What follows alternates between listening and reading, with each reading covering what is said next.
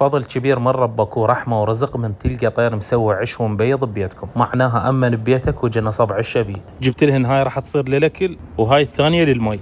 مكان مالتهن اللي راح أسويه بالحديقة. حفرت لهن شويات، راح أثبت لهن براغي. شغلة ما تكلف وحلوة. حسن وياي المساعد. عاشت ايدك عمو.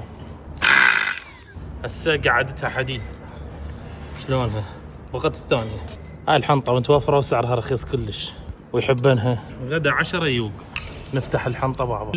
كل ما تخلص شوي هو ينزل واحدة. هسه مرحلة المي. كل ما يقل بيها المي تنزل مي هنا جديد. هاي هسه قاعدين بهذا المكان.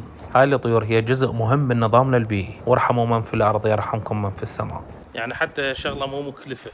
إذا ما توفرن ذني يمك تقدر طاستين تخلي وحدة عليها حنطة وحدة بيها مي. والحمد لله والشكر هسه شوية جو كسر الذيك الأيام يعني الله يساعدهن. أنا عمار العبادي، تابعني جزء من نتشوف بعد.